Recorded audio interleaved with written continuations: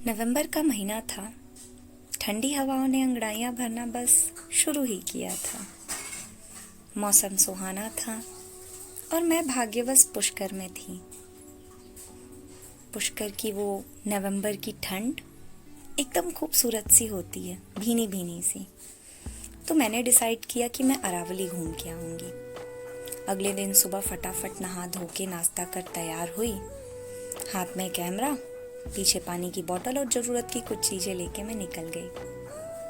अरावली घूमने के लिए मैंने वो रास्ता चुना जहाँ एक तरफ खुद अरावली खड़ा था और दूसरी तरफ पूरा पुष्कर शहर। रास्ता बहुत खूबसूरत था। बीतता गया, मैं पहुंची अरावली तक, पर मैं बहुत निराश हुई। वजह ये थी कि अरावली की खूबसूरती वहाँ के धुओं में कहीं खो गई थी। धुआं वहाँ की माइनिंग से आ रहा था। अरावली ग्रेफाइट का एक बहुत अच्छा स्रोत है, जिसकी वजह से वहाँ बहुत ज़्यादा माइनिंग की जा रही थी। उसकी आवाज़ों ने अरावली का सुकून छीन लिया था। उसके धुएं ने वहाँ के सारे पेड़ पौधों और जीवों को खत्म कर दिया था। तो ना मुझे वहाँ कहीं हरियाली दिखी और ना ही खूबसूरती। सोचा आगे चलती हूँ, कुछ तो अच्छा दिखेगा। कुछ दूर आगे जाने पे एक बहुत बड़ा गड्ढा सा नजर आया, जो कि कभी तालाब हुआ करता होगा।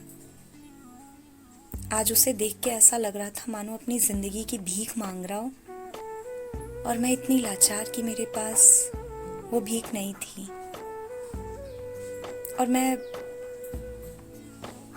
कुछ नहीं कर सकती थी। मैंने अवॉइड किया, आगे बढ़ने लगी, पर कुछ दूर चलने पे मेरे कदम अपने आप रुक गए।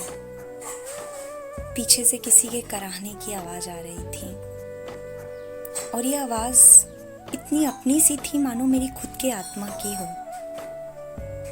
मैं पीछे मुड़ी, मैंने देखा तो उसी बड़े से गड्ढे में जो कभी तालाब हुआ करता था, एक वृद्ध महिला पड़ी थी। उन्हें देख के उनकी उम्र का अंदाजा लगाना बहुत मुश्किल था। वो केवल हड्डियों का ढांचा सा बची थी। आंखें इतनी धसी हुई थीं और ऐसी मानो न जाने कितने सालों से वो खुली हुई कुछ कहने की कोशिश कर रही हूँ।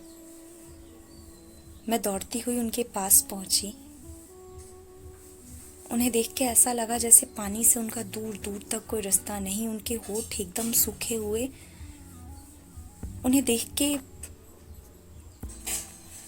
बस मन में एक ही ख्याल आ रहा था, इस सुनसान से जंगल में जहाँ कोई दूर दूर तक नहीं है, वो अकेले क्या कर रही थी।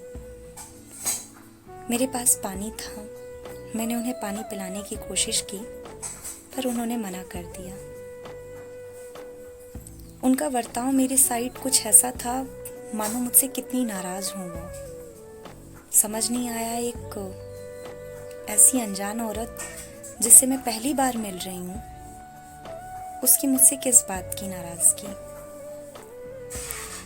फिर भी मैंने पूछने की कोशिश की और उनकी उस लड़खड़ाती आवाज ने, जो किसी भी पल रुक सकती थी, सिर्फ इतना कहा कि बोतलों में ये जो पानी भर के तुम मनुष्य घूम रहे हो, उसकी जरूरत मुझे नहीं, तुम सबको है।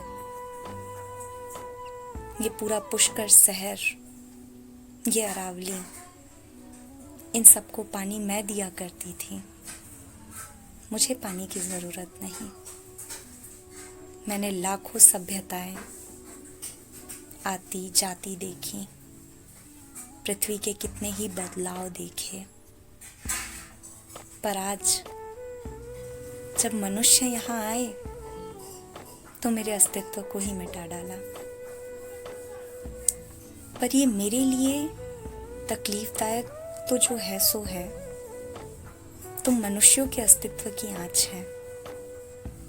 मेरी मदद करना चाहती हो तो खुद को बचाओ, अगर बचा पाओ तो।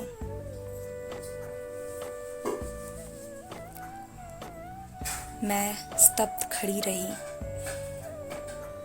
मेरे पास ना तो सवालों के जवाब थे और ना ही जो मंजर सामने था वो समझ में आया, पर इतना समझ चुकी थी कि मनुष्यता अपने लालच में इस हद तक जा चुकी है जहां वो अपनी ही जिंदगी अपने आप को बनाने वाले प्रकृति के विनाश की वजह बन चुकी है। Happy world environment day.